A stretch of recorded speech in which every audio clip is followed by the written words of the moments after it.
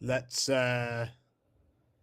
stick on you, Adam, because the negativity, the dark side of the force is now permeating through the franchise tag, because I can imagine you're going to now rip to shreds a couple of teams' drafts or players that you think should be nowhere near where they were drafted.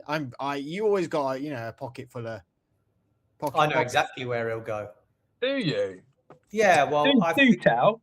Well, I was looking at it, and I was looking about colleges and schools and everything that was picked, and was looking like, oh yeah, there's not been many SEC players picked in the top 15 of this draft, and the one player that was picked from the SEC in the top 15, Adam has him down as his bust. So I think that that might indicate where I think he might go, where they didn't pick correctly. So, yeah, I mean, Miami had a lot of picks.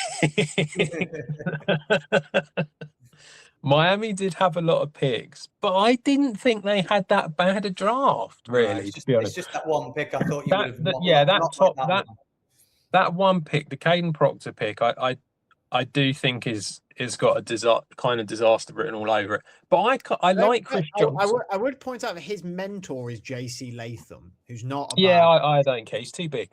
Like to play. I really like the Chris Johnson pick. I think it's good. Jacob Rodriguez, I think, was good. Chris Bell, I thought was a really nice pick in round 3. I'm not, quite a fan of Kyle Lewis. I think he looks decent. They had some decent picks in there. I don't think they really did anything fantastic, but I think that they had some decent picks in there. When I look at a draft, as in like what a whole team's done, I really, really struggle to understand what the 49ers are ever doing. And go on. So I know that you were you're a fan of Stribling, and you. I was a massive fan of him as a later round pick. But the first pick on the second day just kind of felt like, what are you doing? That's mental. He went ahead of so many wide receivers that were decent. Romello Height. Now, we spoke about him a lot because he was with David Bailey, wasn't he? And I just, again, he's all right, but it's just a little bit like, he's not bad as a round 3 pick, I suppose. It's not too. Kalen Black as the 3rd running back off the board in round 3. Crazy. Now, whenever I saw Indiana, I must admit, I thought Black looked all right, but round 3, really? Like, this guy just. And there were so many others you could have gone for. That felt weird.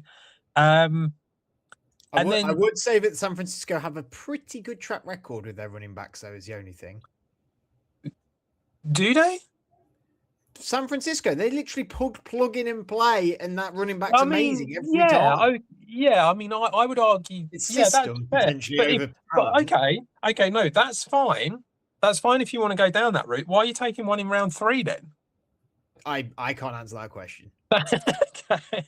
And then after that, the rest of them, I just don't really know. I don't know enough about them. And I was just a little bit like, I don't know who any of these guys are. And they were all day 3 picks. Although I have to say, Presoc's name is brilliant. I mean, I couldn't even begin to try and pronounce the first one, but what a name. I think it's pronounced Ephesians. Okay. Ephesians Presoc. That's a great name. Yeah. So he deserves to be drafted. I'll give him that. But yeah, I don't get it. I don't understand it. I don't know who's in charge of it. I feel like it's Shanahan, isn't it? That's what it feels like sometimes. When you look at the Chiefs one, Veach is making the picks, isn't he? And Reed's helping him, and you look at Les Snead's making picks, and well, we know Les Snead makes the picks now. John Lynch making picks and things like that. But when you John Lynch, I was trying for the Seahawks guy then, but no, John Lynch at the 49ers is not. Yeah. It's Shanahan making the picks, and we've seen this in how many years now, where he reaches every year on a wide receiver because they don't have a wide receiver that's any good. So they reach on Pearsall, they reach on Stribling.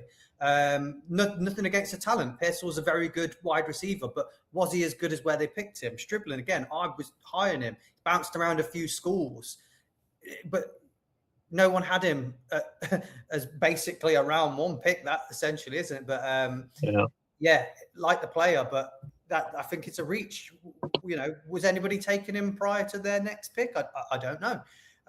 So yeah, I think the problem they've got there is the head coach is making the picks, not the GM, and the head coach is going to pick for need rather than value as well. I think that's the problem you have when head coaches make picks.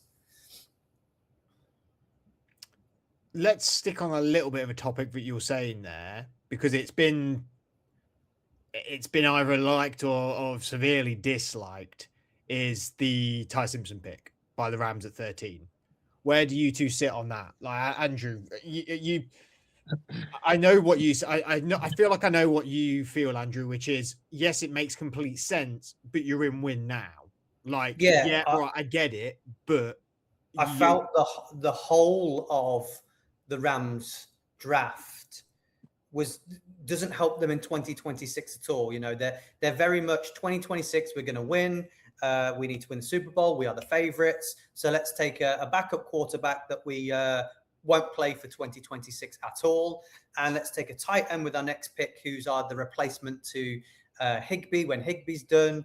I love Max Clare, but and then let's take a tackle a little bit later on, because, you know, we'll need them in the future as well. I just don't think you've really gone, I want to win this year. What can I do to win this year? And pick those players.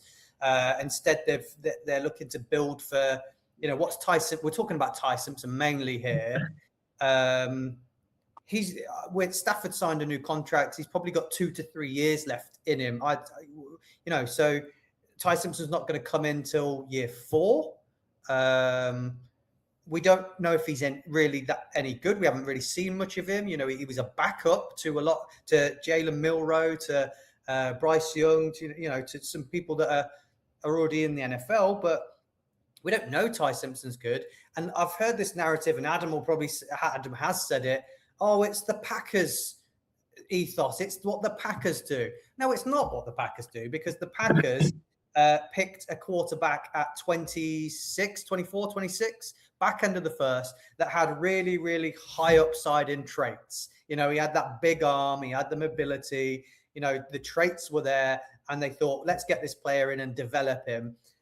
Ty Simpson's not a traits guy. He's undersized. His arm's not fantastic. He's just a good player that had a good season. You know, he got banged up at the back end of the year as well. And it's pick 13. So if they'd done this at the back of the first, I go, fair enough. Yeah, you're going for the future. I understand that. That's fine. But to take him at 13, I think that's a bit rich. And I was confused by it. So I'm out on their complete draft. I think it's a lot of nice players for the future. So they're going to be around for a while. But if you're in win now and you want to win 2026, let's get some weapons and some pieces. You know, why not? We've just seen the Giants do. Take another edge rusher, take a D tackle. You know, you're never going to have too many of them. I mean, most Makai Lemon was the one. I keep calling him Malachi Lemon, and we keep calling Ty Simpson Trey Simpson's Ty Simpson, Makai Lemon. That was the one that everyone was frequently mocking to it. And yeah, I agree. Like, I think you could have moved down and got him. Got picks for the future, potentially got a player to play now to put you over over the hump now, because they are in win mode now, aren't they, Adam? Yeah, absolutely, they're in win mode. I think the other thing about that is that they didn't have many picks. You know, when you actually look at it, they didn't have a lot of picks. I don't know who was gonna come and take him. I mean, I suppose you could argue the Jets might have done it. At 16, I suppose that would have been the argument as to why you take him at 13 and just take your guy. But I felt like the Rams were in a position where they could have sort of gambled a little bit, because at the end of the day, if they didn't take him, would it have actually been that bad for them? You know, would it have been the end of the world? it's a difficult one when it comes to quarterbacks, isn't it? Because there is an element of I'll just take your guy, but I just feel like it's a guy who, like, I liked him. I liked him for his season that he had at Alabama. I thought he did well, but I had him as a second round grade.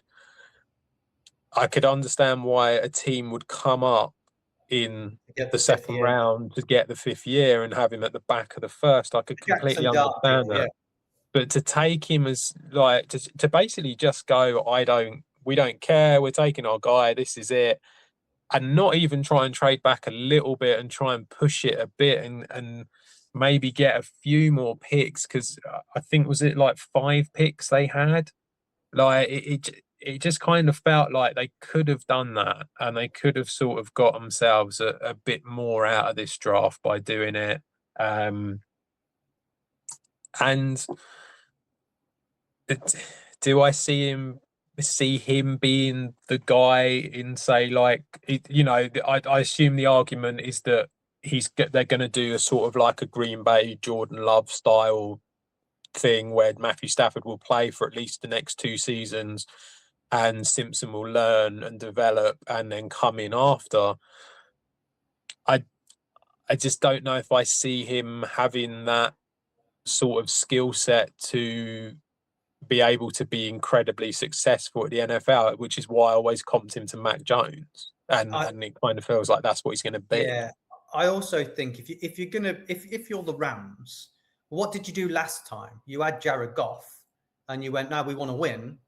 Yeah. So you traded him away and got Matthew Stafford. So there's no reason when Stafford's going, I've done my 2 years now, I think I'm ready to go. Guys, start looking elsewhere.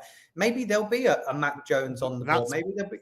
But that's been the rumor, hasn't it? Is that they'd go all out for Joe Burrow. Well, yeah.